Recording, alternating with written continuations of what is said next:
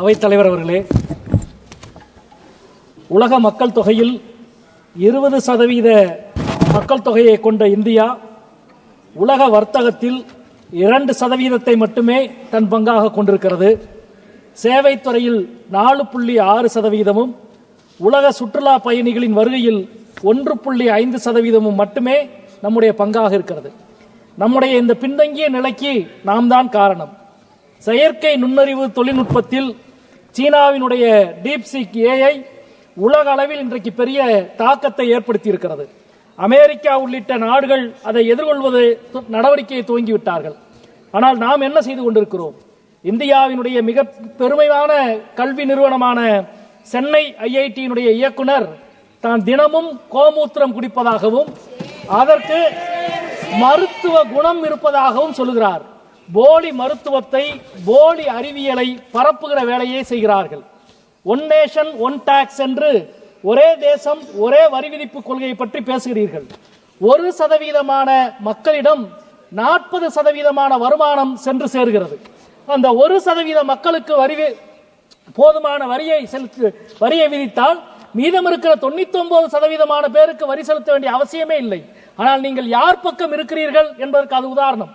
ஒரே வரி கொள்கை என்பது எங்கே இருக்கிறது? ஒரு பாப்கனுக்கு 3 விதமான வரியை விதிக்கிறீர்கள். பொட்டணம் கட்டாத பாப்கனுக்கு 5% வரி, அட்டைப்பட்டியிலே இருக்கிற பாப்கனுக்கு 12% வரி, இனிப்பு தடவிய பாப்கனுக்கு 18% வரி.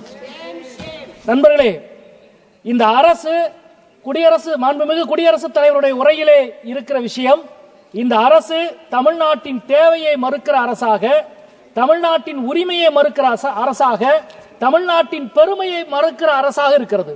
1000 கிலோமீட்டர் பயண பாதையை மெட்ரோ ரயில் மூலம் உருவாக்கி இருக்கிறோம், உலகின் 3வது பெரிய நாடு என்று இந்த அரசு பெருமையோடு சொல்லுகிறது. நான் கேட்கிறேன், இந்த 1000 கிலோமீட்டரில் தமிழ்நாட்டில் இயங்குகிற மெட்ரோவினுடைய அளவு எவ்வளவு தெரியுமா? வெறும் 54 கிலோமீட்டர் மட்டும்தான். உத்தரப்பிரதேசத்தில் 5 நகரத்தில் மெட்ரோ இருக்கிறது. மகாராஷ்டிராவில் 4 நகரத்தில் மெட்ரோ இயங்குகிறது. குஜராத்தில் 2 நகரத்தில் மெட்ரோ இயங்குகிறது. மத்திய பிரதேசத்தில் 2 நகரத்தில் மெட்ரோ இயங்குகிறது. ஆனால் தமிழ்நாட்டில் ஒரே ஒரு நகரத்தில் மட்டும்தான் 54 கிலோமீட்டர் மட்டும்தான் மெட்ரோ இயங்குகிறது. மதுரையினுடைய மெட்ரோ எங்கே, கோவையினுடைய மெட்ரோ எங்கே என்று மாநில அரசு மீண்டும் மீண்டும் கேள்வி எழுப்புகிறது.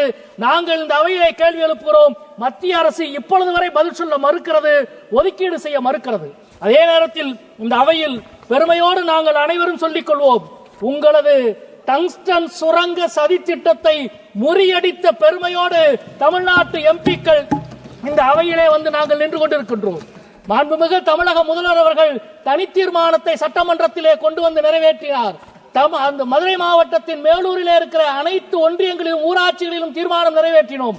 ஆனாலும் ஒன்றிய அமைச்சர் டங்ஸ்டன் சுரங்க திட்டத்தை கைவிட மாட்டோம் என்று ஒரு முறை, இருமுறை அல்ல 3 முறை அறிக்கை விட்டார்.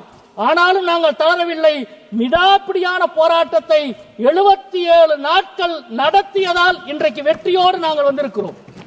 இந்த வெற்றிக்கு பிறகு மாண்புமிகு அமைச்சர் அவர்கள் சொல்லுகிறார், மக்கள் இனிமேல் நிம்மதியாக தூங்குவார்கள் என்று சொல்லுகிறார். மக்கள் இனிமேல் நிம்மதியாக தூங்குவார்கள். சரி, இந்த தூக்கத்தை கெடுத்தது யார்? நீங்கள் தூக்கத்தை கெடுத்தவர்கள். மக்கள் மகிழ்ச்சியோடு இருப்பார்கள் என்று டங்ஸ்டன் திட்டத்தை ரத்து செய்துவிட்டு அமைச்சர் சொல்லுகிறார், அது எங்களுக்கு தெரியும், மக்கள் மகிழ்ச்சியோடு இருப்பார்கள் என்று. ஆனால் இந்த துயரத்தை கொடுத்தது யார்? நீங்கள் கொடுத்தீர்கள். எனவே தான் மக்கள் விடாப்பிடியான போராட்டத்தை நடத்தி இன்றைக்கு டங்ஸ்டன் சுரங்க திட்டத்தை ரத்து செய்ய வைத்திருக்கிறார்கள். ஆனால் இன்றைக்கு மாண்புமிகு ஜனாதிபதி உரையிலே என்ன சொல்கிறீர்கள்? அரிய வகை கனிமங்களை எல்லாம் தனியார் கைகளுக்கு அனுமதிக்கப்படும் என்று ஜனாதிபதி உரையில் நீங்கள் குறிப்பிடுகிறீர்கள். ஒரு இரையை பறித்துவிட்டு பெரும் விருந்தே நாங்கள் கொடுக்கிறோம் என்று இன்றைக்கு தனியார் நிறுவனங்களுக்கு நீங்கள் கொடுக்கிறீர்கள். ஒரு அரிட்டாபட்டியை நாங்கள் காப்பாற்றி விட்டோம், அதற்கு பதிலாக இந்தியாவில் பல அரிட்டாபட்டிகளை நாங்கள் உருவாக்குவோம் என்று நீங்கள் சொல்லுகிறீர்கள். அதே போல இந்த அவையில் மிக பெருமைக்குரிய விஷயம், மரியாதைக்குரிய தூத்துக்குடியினுடைய நாடாளுமன்ற உறுப்பினர் அவர்கள் இங்கே மிக கம்பீரமாக சொன்னதை போன்று இந்தியாவினுடைய வரலாற்றில் வசீகரமான ஒன்று இரும்பு தொழில்நுட்பம். டெல்லியிலே இருக்கிற குதிப்பினார் தூண், இரும்பு தூண், துருப்பிடிக்காத இரும்பு தூண், கோகினூர் கோவிலிலே இருக்கிற இரும்பு மாடம், தார் இரும்பு தூண், இவையெல்லாம் உலக வரலாற்றில் இந்தியாவின் மீதான வசீகரத்துக்கு காரணம். இந்த வசீகரத்தினுடைய பெருமைகளில் மணியான முத்தான ஒரு பெருமை இப்பொழுது உருவாகி இருக்கிறது. மாண்புமிகு தமிழக முதல்வர் அவர்களால் தமிழக அரசால் அறிவிக்கப்பட்ட இரும்பு தொழில்நுட்பத்தினுடைய காலம் 5300 ஆண்டுகளுக்கு முன்பே தமிழ்நாட்டில் இரும்பு தொழில்நுட்பம் இருந்தது என்பது உலக வரலாற்றின் ஒரு மிக முக்கியமான செய்தி. இந்த விந்திய மலைக்கு தெற்கே செம்பு மட்டும்தான் பயன்பாட்டிலே இருந்த காலத்தில் விந்திய மலைக்கு தெற்கே குறிப்பாக தமிழ்நாட்டில் இரும்பு பயன்பாடு வந்துவிட்டது. இயற்கையை பகுத்தறிவு கொண்டு அணுகி தங்களது வாழ்க்கையும் வளத்தையும் உருவாக்கிய ஒரு அறிவு சமூகமாக தமிழ்நாட்டினுடைய அறிவு மரபு இருந்திருக்கிறது என்பது மிக முக்கியமானது. மாண்புமிகு சபாநாயகர் அவர்களை நான் கேட்டுக்கொள்கிறேன், வருகிற 15ஆம் தேதி நாடாளுமன்ற உறுப்பினர்களுக்கு நாடாளுமன்ற வளாகத்தில் ராமாயணத்தினுடைய அனிமேஷன் படம் திரையிடப்படும் என்று மக்களவை செயலகம் சொல்லி இருக்கிறது. ராமாயண அனிமேஷன் படத்தை நீங்கள் திரையிடுங்கள். ஆனால் அதற்கு முன்பு 5300 ஆண்டுகளுக்கு முன்பு இரும்பு தொழில்நுட்பத்தை கண்டுபிடித்ததை பற்றி தமிழ்நாடு அரசு வெளியிட்டிருக்கிற ஆவணப்படத்தை இந்த அவையிலே நீங்கள் திரையிட வேண்டும் என்று நான் அன்போடு கேட்டுக்கொள்கிறேன். அதே போல இன்றைக்கு மாநில உரிமையை தொடர்ந்து கேள்விக்குறியாக்குவவர்களாக கவர்னர்கள் அவர்கள் இருக்கிறார்கள். குறுநில மன்னர்களாகவே தங்களை அவர்கள் நினைத்துக் கொள்ளுகிறார்கள். நீதிமன்றங்கள் எத்தனையோ முறை தலையிலே கொட்டினாலும் அவர்கள் மாறுவதாக இல்லை.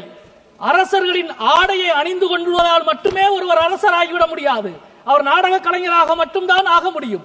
இந்த உண்மையை அவருக்கு எப்படி புரிய வைப்பது என்று தெரியவில்லை.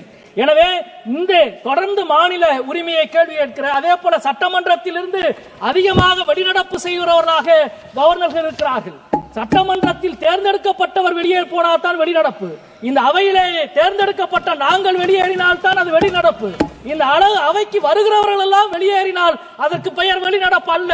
தனக்கு இல்லாத அதிகாரத்தை இருக்கிறதாக நினைக்கிற அறியாமையை எப்படி போக்குவது என்று தமிழ்நாட்டு மக்களுக்கு தெரியவில்லை. இந்த அவையிலே நான் இதை மீண்டும் இங்கே குறிப்பிட வேண்டும் என்று நினைக்கின்றேன். அதே போல கிளாசிக்கல் லாங்குவேஜ், மாண்புமிகு குடியரசுத் தலைவர் அவர்கள் செம்மொழியை பற்றி சொன்னார். நான் இங்கே மிக பணிவோடு தெரிவித்துக் கொள்ள வேண்டிய விஷயம், அரசியல் சாசனத்தினுடைய விவாதத்தினுடைய ஒரு மிக முக்கியமான விஷயத்தை இங்கே மேற்கோள் காட்ட வேண்டும் என்று நினைக்கின்றேன். குடியரசுத் தலைவர் பதவியை என்ன சொல் கொண்டு அழைக்க வேண்டும் என்று அரசியல் சாசனத்தினுடைய விவாதத்தின் பொழுது மிகப்பெரிய விவாதம் நடந்தது. குறிப்பாக ராஷ்டிரபதி என்றுதான் அழைக்க வேண்டும் என்று பல உறுப்பினர்கள் சொன்ன பொழுது அண்ணல் அம்பேத்கர் சொன்னார், நான் அரசியல் சாசனத்தை ஆங்கிலத்தில் எழுதுகிறேன், எனவே பிரசிடென்ட் ஆஃப் இந்தியா என்றுதான் எழுதுவேன், ராஷ்டிரபதி என்று எழுத மாட்டேன் என்று அம்பேத்கர் அவர்கள் சொன்னார்கள். நான் ஆங்கிலத்தில் எழுதிக் கொள்கிறேன், நீங்கள் உங்களது தாய்மொழியிலே மொழிபெயர்த்துக் கொள்ளுங்கள் என்று சொன்னார். ஆனால் இன்றைக்கு அரசியல் சாசனத்தினுடைய 75வது ஆண்டை கூட்டு நாடாளுமன்றத்தில் 2 அவைகளும் இருக்கிற நாடாளுமன்றத்தினுடைய அவையில் மாண்புமிகு குடியரசுத் தலைவர் அவர்கள் அரசியல் சாசனத்தினுடைய முகப்புரையை படிக்கிற பொழுது நீங்கள் ஆங்கிலத்தில் படிக்கப் போகிறீர்கள் என்று நாங்கள் எல்லாம் காத்திருந்தோம். குடியரசுத் தலைவர் அவர்கள் ஹிந்தியிலே இந்த நாட்டினுடைய அரசியல் சாசனத்தின் முகப்புரையை வாசித்தார். ஹிந்தி தெரியாத பெரும்பான்மையான நாடாளுமன்ற உறுப்பினர்கள் அப்படியே திகைத்து போய் நின்றோம். இது இந்தியாவுடைய ஜனநாயகத்துக்கு விடுக்கப்பட்டிருக்கிற சவால்.